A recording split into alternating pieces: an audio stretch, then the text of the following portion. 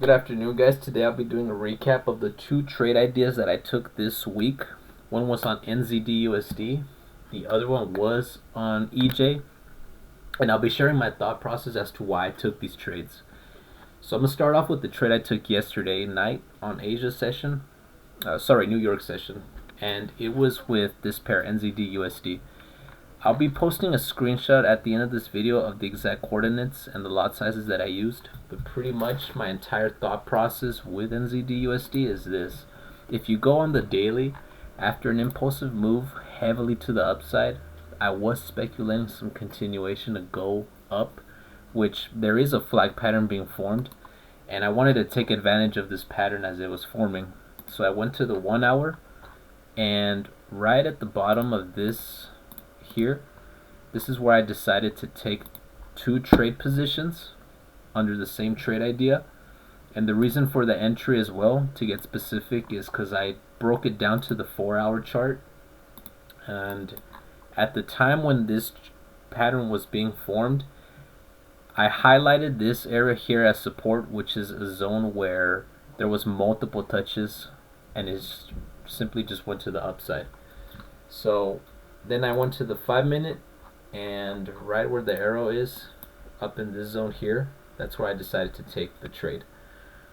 And it just ended up being a runner all the way up to NFP. That's where I did decide to get out of the trade because I just didn't want to risk that move.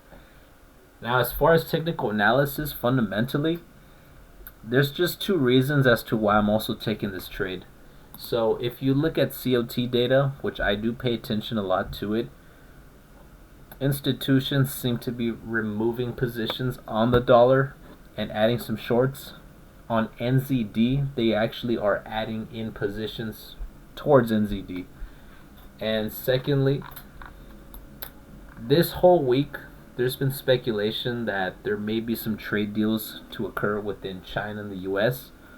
And from the market momentum and from what I'm observing, guys, correct me if I'm wrong, but I'm concluding in my head that if there's some kind of deal that occurs with China and the US, risk on assets, especially those linked heavily with China, like NZD and AUD, they're just going to keep going up. So fundamentally and technically, those levels and the news was in alignment with this trade. So this was Thursday's trade. On EJ, this was a Monday trade.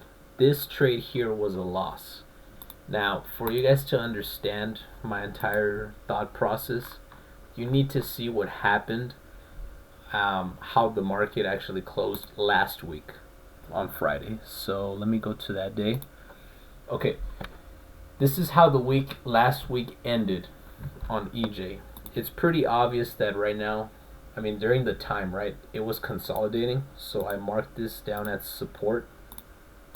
And then up here, up in this area, I marked this down as resistance. So pretty much I went to the 1 hour. And when I saw that it broke these minor support areas in the 1 hour, I highlighted this as possible break and retest levels. And the entire idea was this. I thought it was just going to keep pushing, go down, and then break the level above. But it did just end up continuing going down. And the reason why I also decided to do this was because on Monday there was fundamentally news. It's the same stuff you've been hearing for the past month, that there's some China and US related talks. If stuff like this occurs, risk on assets seem to be getting boosted and risk off assets are coming down. So the yen is linked to being a risk off asset, but there was some contradictions in my head as well as too, because on COT data, the yen is actually the most heavily bought pair from institutions as well too. So I had to keep that in mind.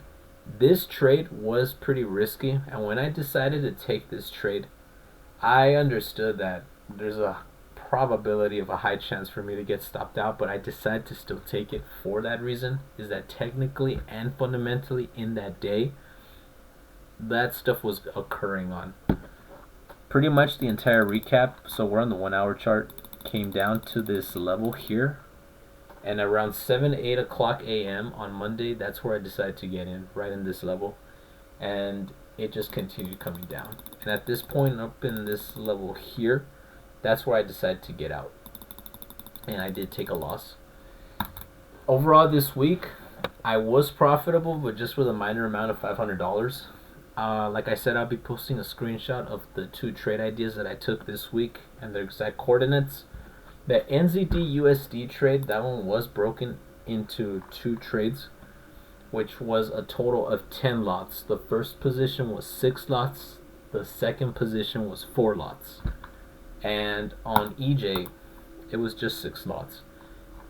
If you guys want to know and you're wondering, yes, I am speculating for these to be swing type of trades, intraday, within 1 or 2 days, just execute and get out within that time frame.